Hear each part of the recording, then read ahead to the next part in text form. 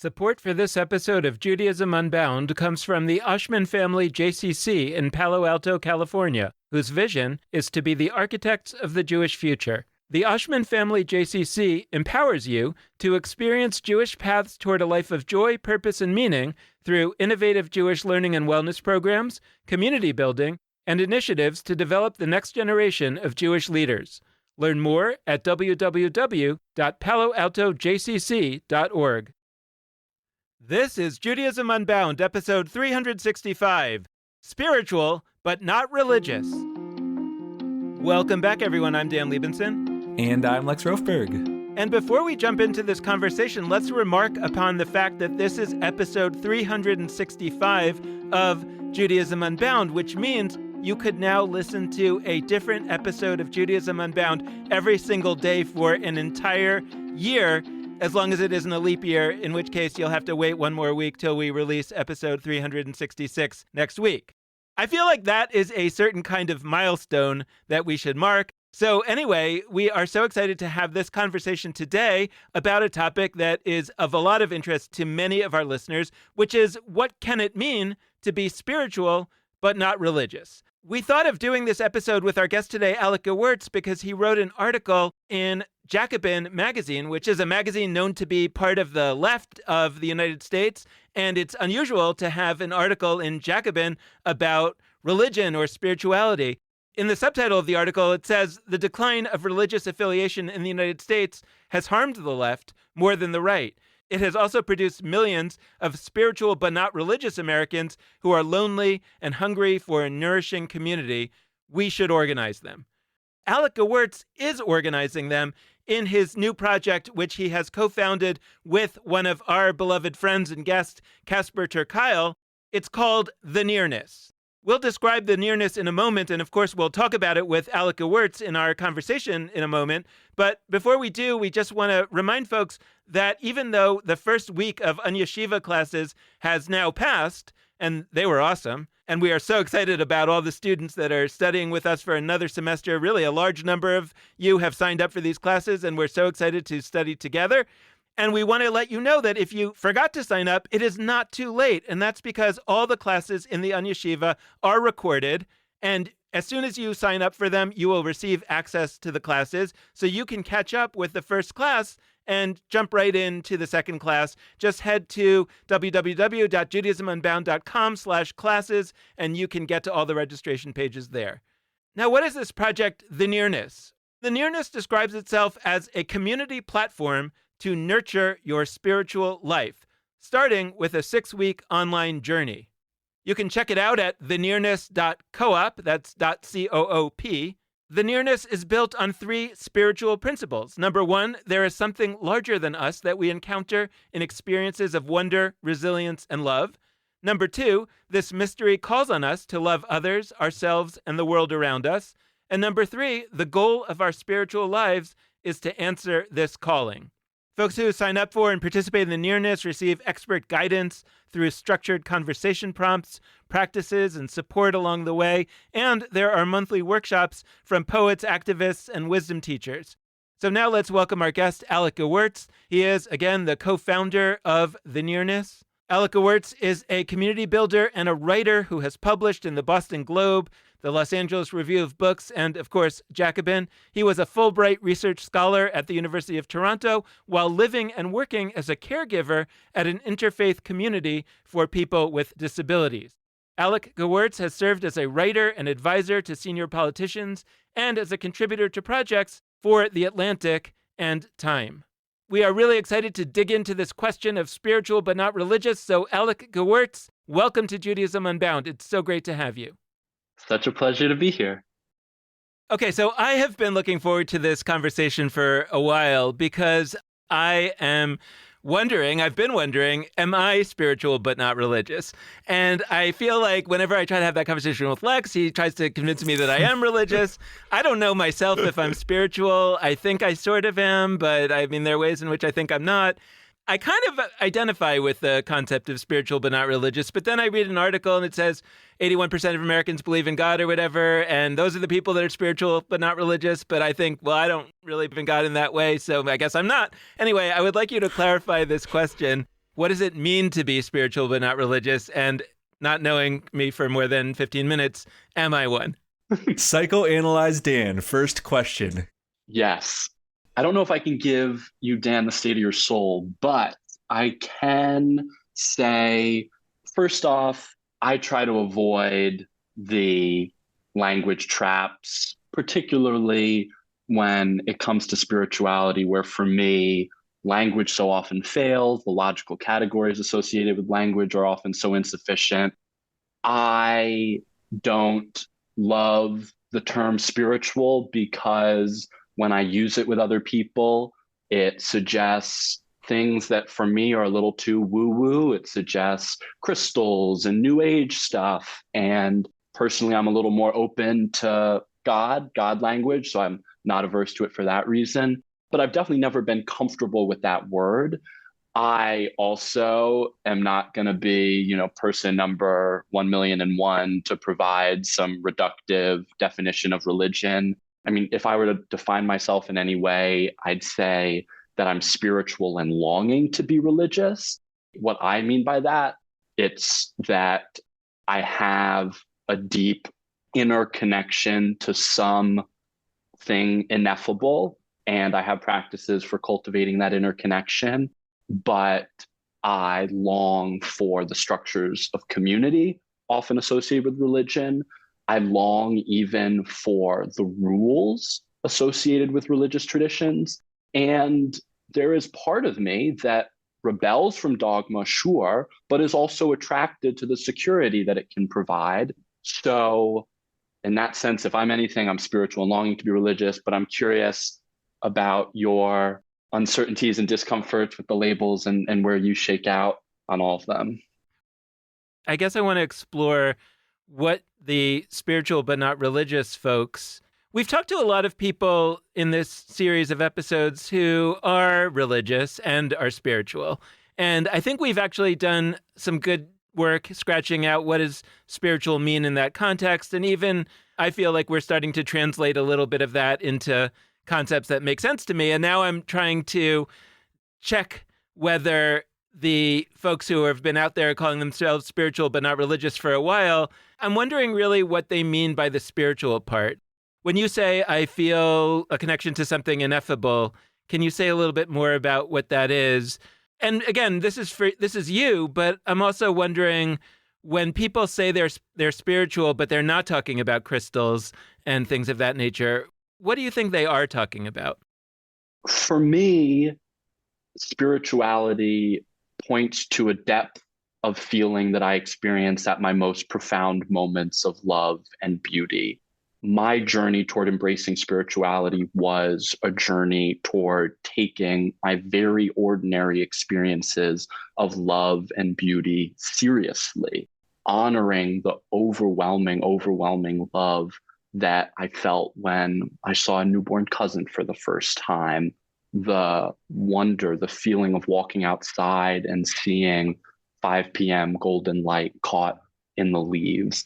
I call it spiritual and not something else because something, more associated with qualities of feeling nurtured by poets or who knows what, because in those experiences, I felt emotion that seemed to transcend reductive evolutionary explanations.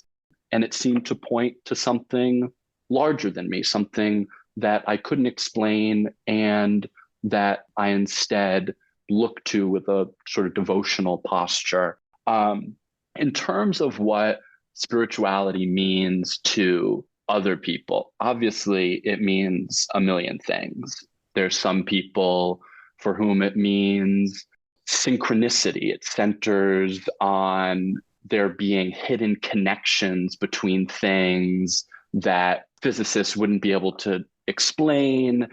For some people, they call themselves spiritual, of course, if they do, a very secular mindfulness practice, or what I would think of as a very secular mindfulness practice. And it's obviously so not for me to say that, one thing is spiritual and another isn't. I don't care much whether or not I am spiritual by someone else's definition, and I would encourage other people not to worry if they're spiritual by someone else's definition. what it comes down to is the quality of experience that people cultivate and the extent to which that helps them to be better, more loving people in the world. I want to talk to you about the nearness. This is not about you specifically. I do like the questions we've started to ask about you specifically, and maybe we'll continue on with that later. But I love being religious. I totally am on board with like Lex is religious, and I like claiming things as religious that other people say are not religious. I'm like, throw it all at me. It's all religion, religion, religion, even the things that you think are secular. And that's not right for everybody, but that's the role I take in the world sometimes. And I bring that up because there was a difference in how Dan asked this earlier set of questions than how I frame it, which I sense in Dan a question that's like, what kind of unifies the set of people we're talking about as spiritual but not religious? Like, what do they share? And what excites me specifically is that they don't share that much. The reason I want to talk about the nearness is that I participated in a precursor to what is now the nearness, a 6-week immersive asynchronous and synchronous digital community. And it was so liberating to be part of a set of like spiritual seekers or whatever adjective seekers that didn't share that much. We've constructed a religious landscape where churches and synagogues, whatever, they have denominations. And look, the nearness does have some core principles. I'm not here to say that there's nothing there. But what excites me about it is I actually think that basic premise, more than the specific values, sometimes I think we miss it. We think the problem is there are particular dogmas of Christianity or of Judaism that people are not on board with, and so they don't join those institutions. I actually think it's the fact of having to share one dogma with an entire room of people that is part of the hurdle. Talk to us about what it is to share deep communal space with people who don't actually share that much with you, but are all part of a common project. And in your case, that project is the nearness. The nearness is a community platform where people sign up for small group conversations about their spirituality, but they come from very different backgrounds. And what unites them is pretty general commitment to trying to feel more connected with themselves, the world around them, the people they love, and the divine, however they understand it. I would also say that we've found in the nearness that there needs to be some stuff in common to hold folks together. People can't be completely off on their own doing different things. So we're united not in dogma, but in practice, not in every form of spiritual practice, but in the specific practice of our small group gatherings. So when people come together, they all do an opening body and breath meditation together. There's a shared community covenant that we read aloud and sometimes reflect on. There, we light a candle at the beginning and we extinguish it at the end of our gatherings. From that place of foundational commonality, we can accommodate a huge range of difference. And we found that that's really been the magic of the community. People want to learn different perspectives, particularly when they're in this seeker posture of exploration. They want to hear from people who are very different from them. It's an open question if such an open community will eventually be leading people into more closed ones, meaning, maybe our folks are at an earlier stage of seeking, and if that stage leads them to a very committed, rigorous meditation practice, maybe they would want to be in a Buddhist community. So I would say it's very much an open question how viable over the long term communities of difference are. But so far, it's really worked.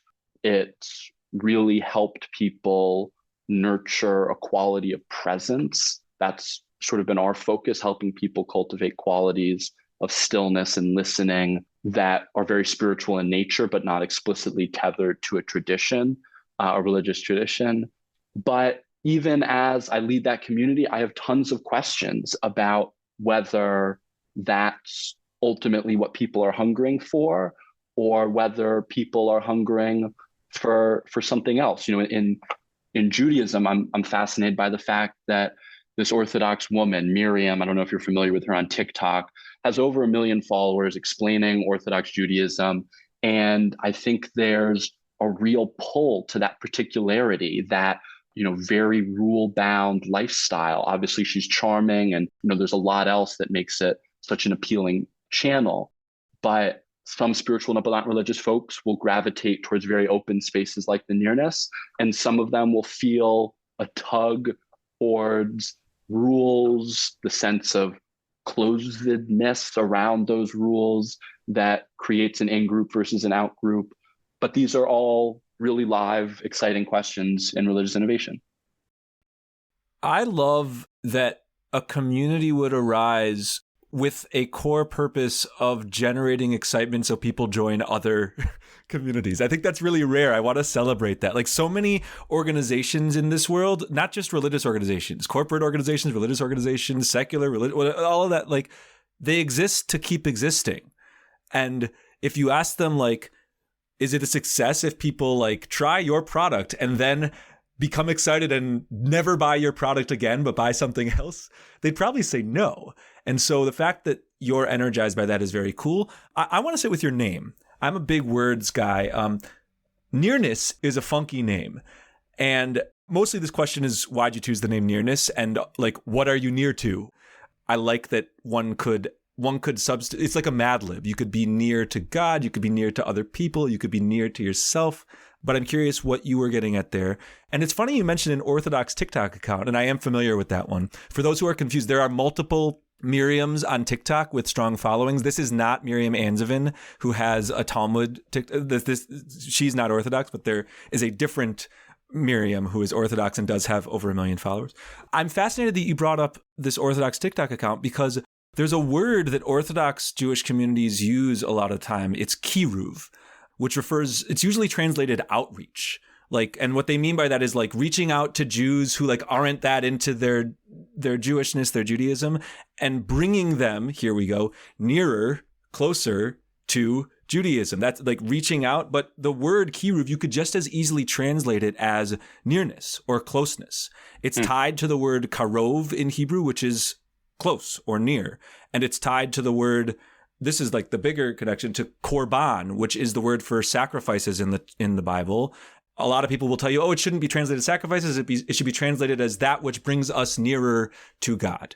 So long old ramble, but why did you choose this name Nearness? And has that term been particularly exciting to the people who are drawn near to your spiritual space? We have been really surprised that people have started using it in their vocabulary. I chose the name, first of all, because I was listening to The Nearness of You, Ella Fitzgerald singing that classic song, was trying to think of a name at the time. I was on an airplane. The nearness, like the gravity of that sort of noun, seems to have spiritual resonances without being New Age, without explicitly referencing a religious tradition. It's sort of like an unplaceable spiritual resonance. It also had a little interpersonal flavor in that it suggests, as you were saying, human proximity, the possibility of nearness to other people. We'd like, one big fear that people have in, dangerous spiritual religious spaces is that they, become suffocating, that, their individuality is, subsumed in some collective identity. And near suggests closeness, but also some respectful distance. It isn't on top of you. And there are references to the nearness of the divine in all kinds of traditions. The one thing we wish was also suggested by the name is that if we experience moments of nearness to the divine, however we understand it, there are also plenty of moments of farness, and both live at once often in the spiritual life. I'm thinking about how in the spiritual but not religious, in the nearness, we consider using the technologies of religion. in a new way, whether that is actually can be defined, and I'm sure Lex would define it as a new religion, or as some other thing, which I think I would say, like I've been using the term, at least in my head, I probably said it on the podcast, but I've been using the term post-religion, where I am looking for something that is built out of religion. I almost sometimes think of it as if religion is a bunch of Lego pieces built in a certain way, that we'll take apart all those Lego pieces, we'll build something new, but out of the same Lego pieces, some of them we'll leave behind and we'll import some new ones. But fundamentally, I don't want to step on any of them. It hurts a lot to step on Lego pieces. So just that's true. Clean We up won't carefully. we won't step on them, hopefully. But that basically we're building something, and I can see how somebody would look at that and say it's religion or it's Judaism, because it is built out of a lot of the same Lego pieces, but they're wired together in a new way. Or Lego pieces aren't wired, they're built up in different ways. They're different things are at different levels, in part because there's the spiritual but not religious part, which for me is saying that there's certain axioms on which the religion of Judaism, in my case, is built that I don't accept. And so therefore, I feel spiritual, but not religiously spiritual in the way that I imagine it has been for the last 1,500, 2,000, whatever years. But on the religious side, it feels to me like once you are saying, okay, I'm actually not even building this on quite the same foundation, that also the technologies are going to change that are built up there to get it all to work. But it's very hard for me to hear the word religion in a way that doesn't indicate that it's built on a set of theological assumptions that I don't hold. And so therefore, it may just be an issue of semantics, but I'm looking for something that I call a post-religion. And what I'm wondering is whether the nearness is essentially creating a new religion or a new post-religion. And I'm wondering how you have thought about all that. Thank you for the question.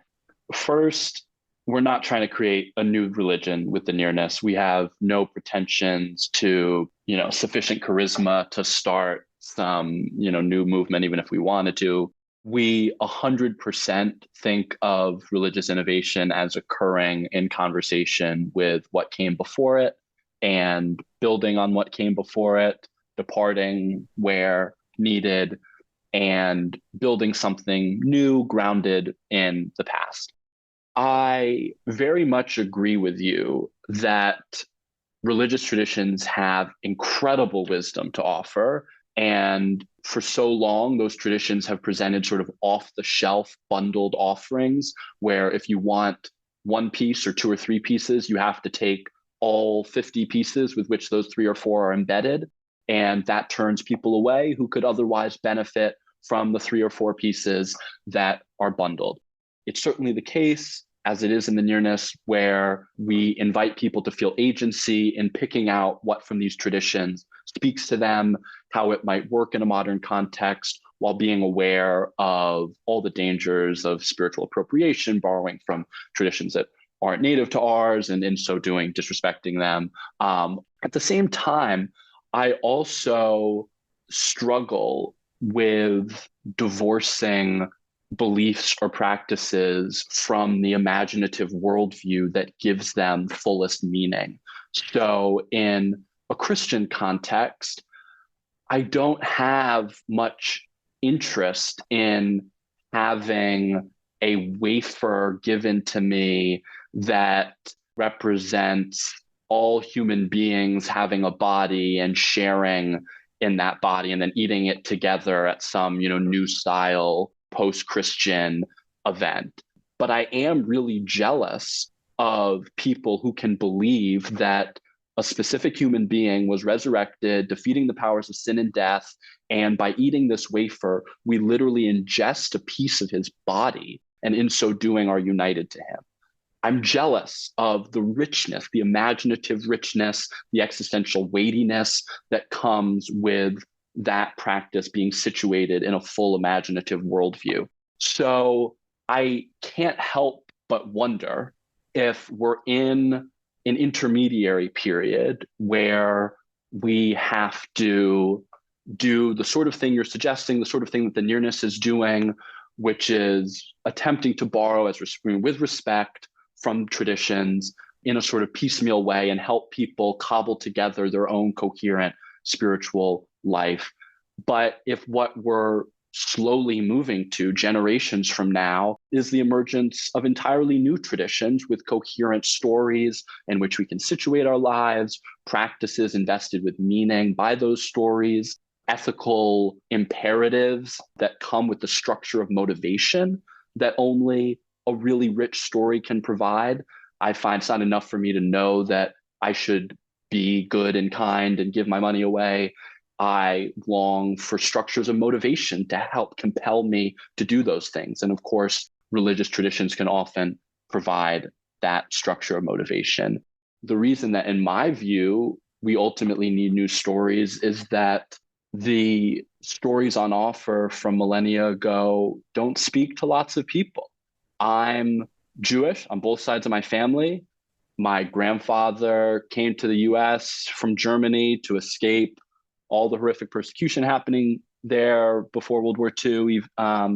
And Judaism is an enormous part of my identity, but the stories presented to me from Judaism aren't ones that have ever spoken to me. And at the same time, I long for the feeling of being situated in a narrative that transcends me, for the meaning, scope that can give my life. And I therefore find myself hungering for a different story and haven't yet been able to find that story among the ones on offer. Yeah. I feel pushed to give a sense of some things I've said on this podcast before, but unpack why I feel them. So yes, I am invested in notions of the religious. I want to clarify because I think something Dan said before. I don't care that much about religions, like religion, the noun, or religions, like the set of, what people like to call belief systems or world traditions, or we could go into all that. I am deeply invested in the religious, like the set of things that are religious and operate in people's lives as religious. And when I say religious, it's just a code word for stuff people care about a lot. And the reason why I'm so invested in that is because there's actually stakes to this question. And that points me to, Alec, your recent Jacobin article, because it's not just about what meets our 3 or even 3,000 or 300,000 individual people's yearnings. It's about what serves a just society, right? And I believe that we have a huge issue in today's, certainly in America, but in the whole world, where turns out religiosity is something that goes deep into people's souls and that they act on. And currently religiosity is being owned by the right, by conservatives. And it's being mobilized in ways that are unbelievably oppressive and harmful. And I don't believe the strategy of the last few decades, and I do think it's a passive, but a strategy that's been used over the last few decades of we on the left are not going to do religious. We're going to be secular. We're going to care about other stuff, but we're not going to call it religious. It seems like we're losing. And so I am invested in finding some set of things. I don't care if they are quote unquote religions. I'm much less invested in whether people care about Judaism than if they care about climate change, or if they care about racial injustice, or if they care about economic injustice. From my perspective, when I say all sorts of things are religious, it's because I believe we must, on the left, as somebody who identifies on the left, have systems in place that we care about, that structure our lives, to point to what you said, Alec, that actually have rules and accountability to that we must act on daily. We need that, because turns out the right has that, and they are mobilizing it in ways that hurt people. And so that's why, for me, I'm pining for stuff that I would call religious. If we can recognize stuff that's already operating with calendars in our lives, that calls on our values, that makes us think deeply, and we can channel that because we demarcate it as important enough through the adjective religious, then we have a fighting chance. There's a bunch of battles happening society-wide, and I find that the people who are able to fall back on religious arguments in their lives, they're the ones that often win. We seem to have lost any memory of the fact that there are many moments in human history and American history where religion has been a tool for liberation. Quoting prophets was Martin Luther King's bread and butter in speeches. So I guess all that's to say, like, how might the stakes of this impact the work you do? Because I know the nearness, it's not just like a nice spiritual community. Like, you call yourselves a co-op. You use language that is associated with the left, and you're writing wonderful articles in Jacobin. So help us sort of connect the dots here. Yeah, I'm centrally concerned in the nearness with trying to create a new model of spiritual community. So many people we talk to who are thought of themselves as spiritual but not religious expressed that their spirituality was a sort of solo venture. It was them one-on-one with an influencer on TikTok, them one-on-one with a spiritual self-help book, without any structure of community that religious congregations have historically provided and that they provide to so many people on the right and to a smaller number of people on the left.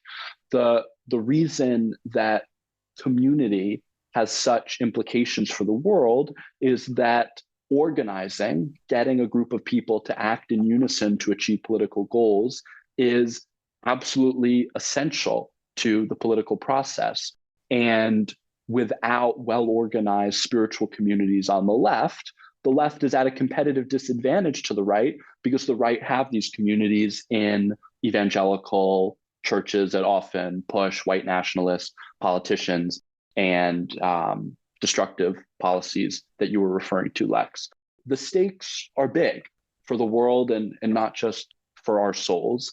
And unfortunately, on the left, there's often a lot of aversion to spirituality. There's often a sort of class divide by which a more secular, educated class that's often at the top of these progressive spaces dismisses spirituality, looks down on a more spiritual working class, which obviously is completely counterproductive to left political goals. So there's an enormous need for spiritual communities on the left. There's a lot of work that needs to be done both within left spaces to create openness to those communities and in the organizing of those communities themselves. And in terms of what you said about the legacy of the religious left, it's 100% true that religious congregations have been an absolutely vital site of left political organizing. There's the example of Dr. Martin Luther King Jr., the example of the social gospel movement in the 19th and early 20th century that did enormous work to abolish child labor, create an 8-hour workday, improve factory conditions among workers. And as you suggested, there are tons of incredible people trying to reinvigorate the religious left. Reverend Dr. William Barber, perhaps the most prominent example. But religious affiliation is declining on the left more rapidly than it is on the right.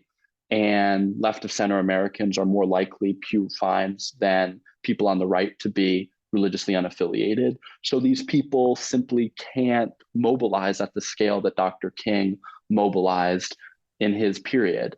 And as a result, we have two options.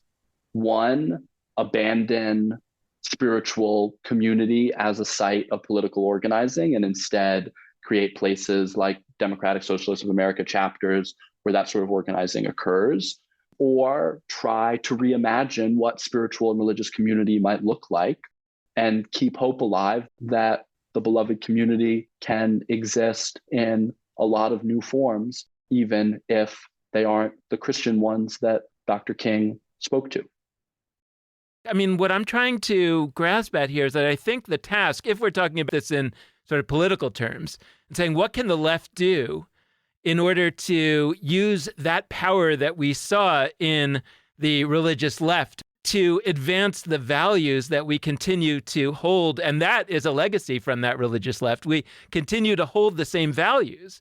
We just don't seem to be able to fully invest ourselves in that toolbox because it seems or it feels to people that it requires a set of theological ideas that they simply don't accept and could pretend to accept them, but that wouldn't ultimately have the power that we're looking for. So it feels to me, maybe I'm just elevating the point, that the task that you're laying out of needing to allow that spirituality to manifest in practical ways is of vital importance to the left.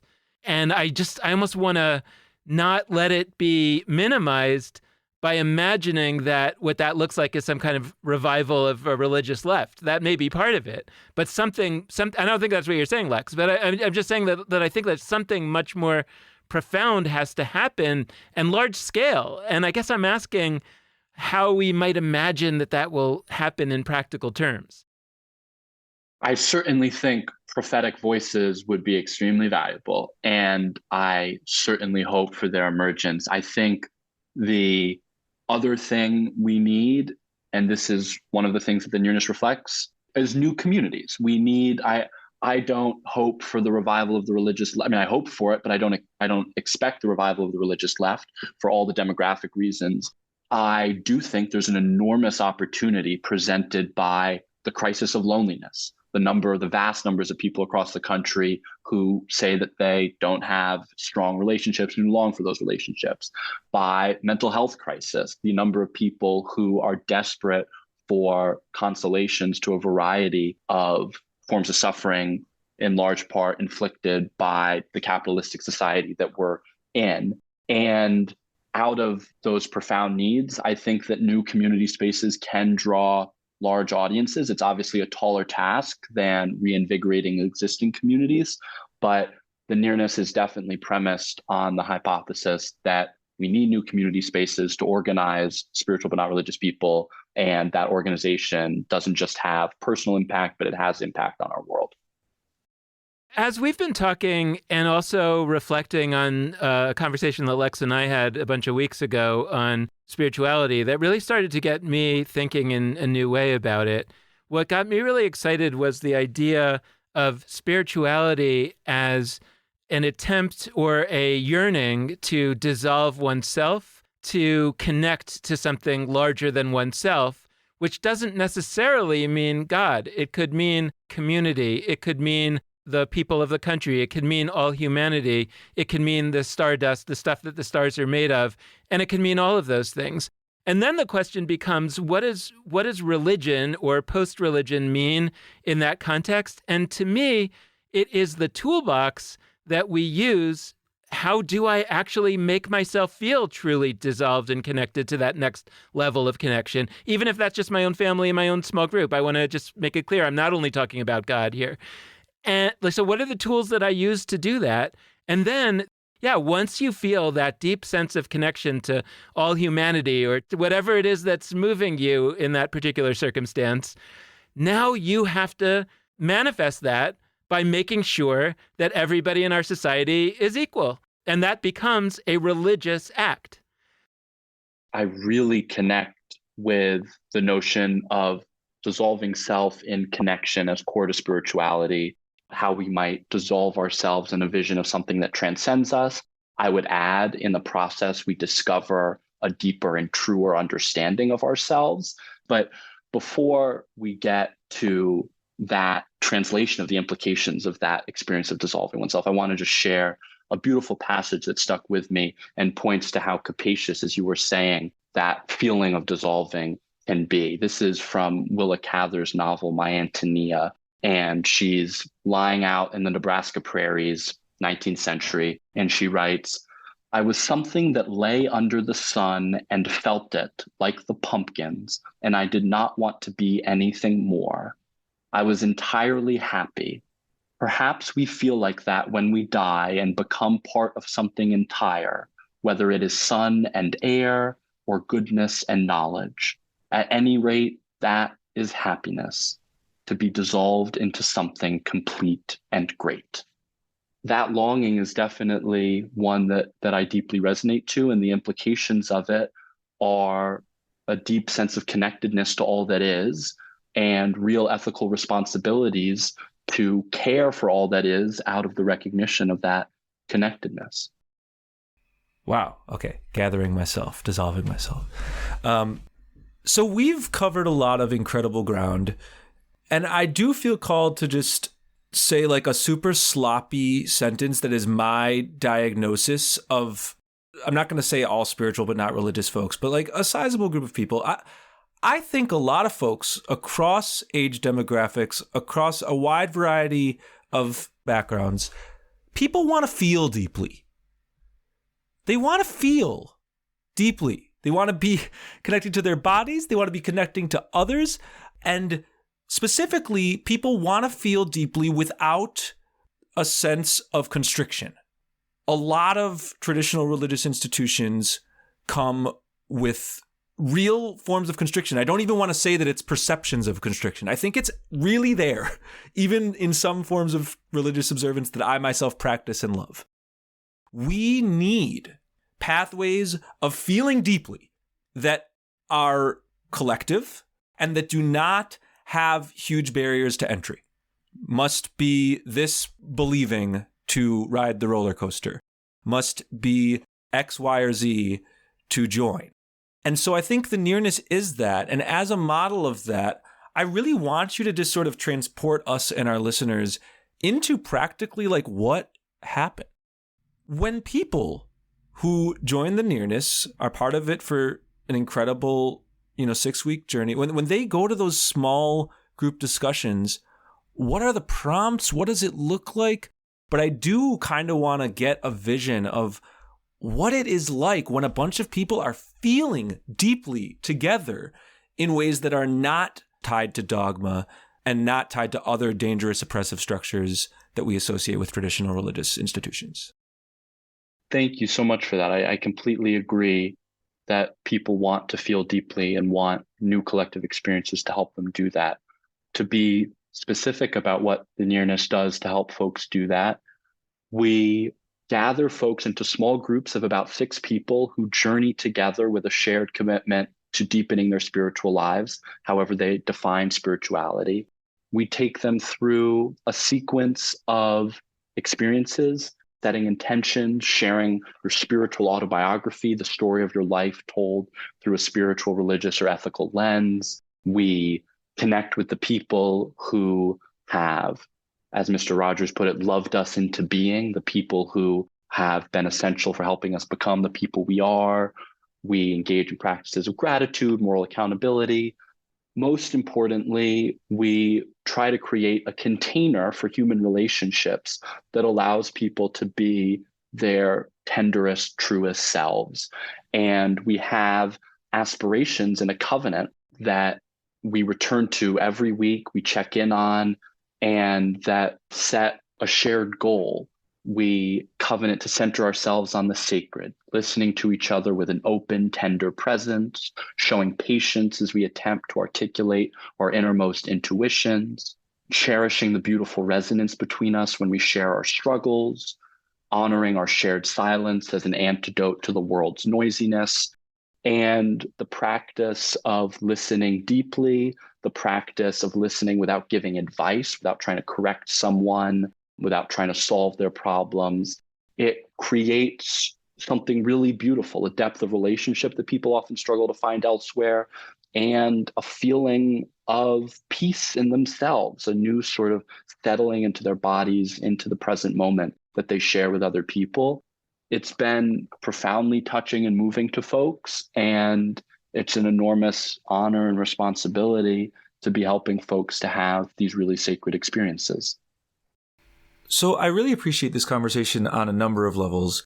You're kind of a rare-ish guest for us, not a totally unique guest, but you're a rare guest for us in that your anchoring is in the world of religious change, religious innovation, spiritual change, much more broadly than just within Jewish life. And so I'd love to close just by hearing a little bit about how you, when you look out at that world of people trying to change how we live our spiritual lives, create new kinds of institutions, like how are we thinking about changes to spiritual community, and how might we push ourselves to expand our thinking?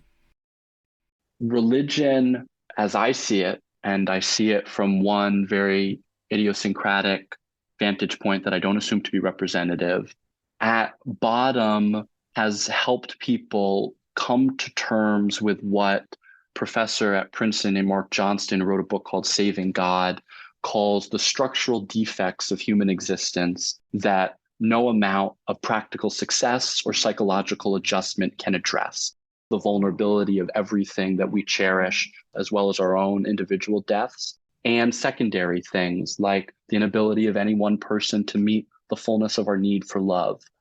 So often in the religious innovation space, in the space of the spiritual but not religious, people don't look to how we might address those fundamental human needs with new tools, new resources, new vocabularies, but instead settle for other things. For example, how folks will meet the needs historically met by religious institutions in their gyms, because gyms can provide strong community, they can provide structures of personal growth, and religion in the past provided community and structures of personal growth. While true and while beautiful, we can ask for more. And in particular, we can ask for resources that help us meet our innermost anxieties and struggles. I hope that I can be part of a movement that far extends me, where people are trying to develop new, quote unquote, religious resources to meet those deep, deep needs. Thank you so much, Alec, for joining us. This has been a fantastic conversation. Thank you, Lex. It's really been a privilege. Thank you, Dan. And thanks so much to all of you out there for listening. We hope you've enjoyed this conversation, and we hope that you'll tune in again in the future. Especially in the near future, we've got a bunch more episodes in this spirituality series that has been so fun so far and is going to continue being very, very meaningful for all involved. So definitely listen in the next few weeks. And another reminder is that we really, really love being in touch with you. Send us notes, send us your questions, your thoughts, your ideas, your visions. All of those are welcome. And we'll give you different ways you can do that in a second. But before we do, I want to encourage you also to check out The Nearness, the project that Alec Gewirtz, our guest today, leads. You can learn more at thenearness.coop, C-O-O-P. So definitely head there and see if it might be a good fit for you to journey into their small group conversational modalities and grow spiritually. That's how you can learn more about The Nearness.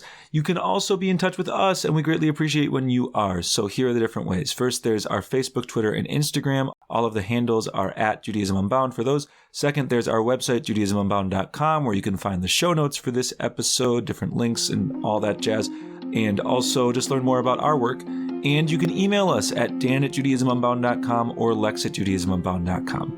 The last request we like to make is that we deeply appreciate any amount of financial donation that you're able to send our way, and you can do that on either a monthly recurring basis or just as a one-time gift via judaismunbound.com/donate. So thanks so much for listening, and with that, this has been Judaism Unbound.